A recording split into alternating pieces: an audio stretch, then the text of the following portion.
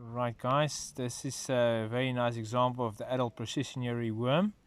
They fall under the order of what we call Lepidoptera. Now if you go, this is actually very nice just to show you the adult, and this is the caterpillars, the larvae stadium. So you many times see them walking over the road. They're forming this long line crossing the road, and a lot of people many times ask, what is this? So as I've mentioned, the common name processionary worm. Now they leave this silken thread, which they will leave behind. It's like the string that they all then follow in line, and if, for example, the line is broken at any point where, for example, let's say it's disturbed, or the caterpillar in front of the other one is killed, let's say in this case, like here's a very nice example where an antelope, an impala, came running through. It almost stepped on them, but the rest of the line actually continued over there, and this one stopped because now the silken thread is broken. They had to now basically just find themselves again, and the one in front will automatically take the lead to try and follow the rest of the group again.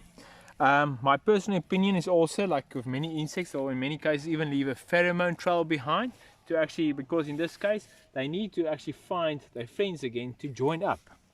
But yeah, so what you'll find, they feed on different plants, where they'll move to a plant, and I've seen them in so many cases actually literally stripping a plant, like your grevia bushes, your raisin bushes, and so stripping the whole plant from all its leaves.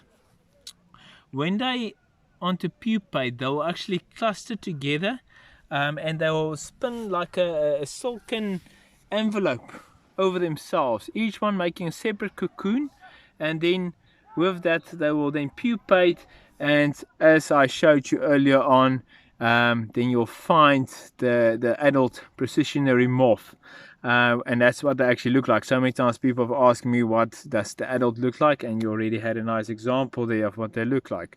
So yeah, this is something quite interesting to share, something you don't see often, and as I've mentioned so many times, had this question. So just a short easy description of your processionary worms.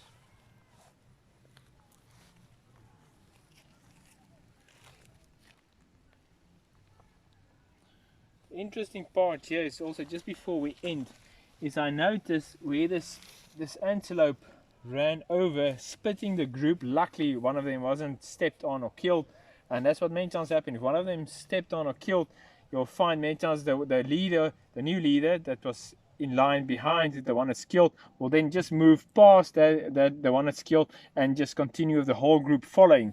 But I notice here you'll see a more of an adult caterpillar that took the lead. At the back behind it is some young ones, smaller ones.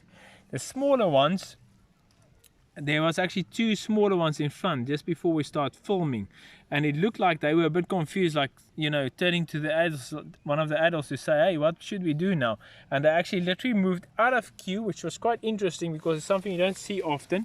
Moved out of the queue and literally circled around where one of the adults then took the lead.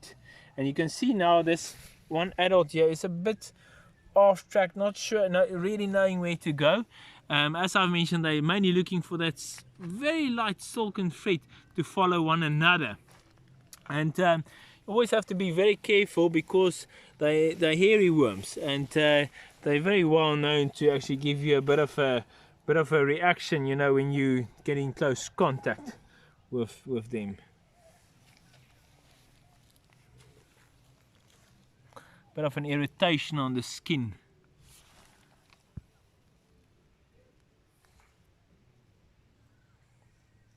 You can see the rest of the line, worms actually continuing over there, the distance.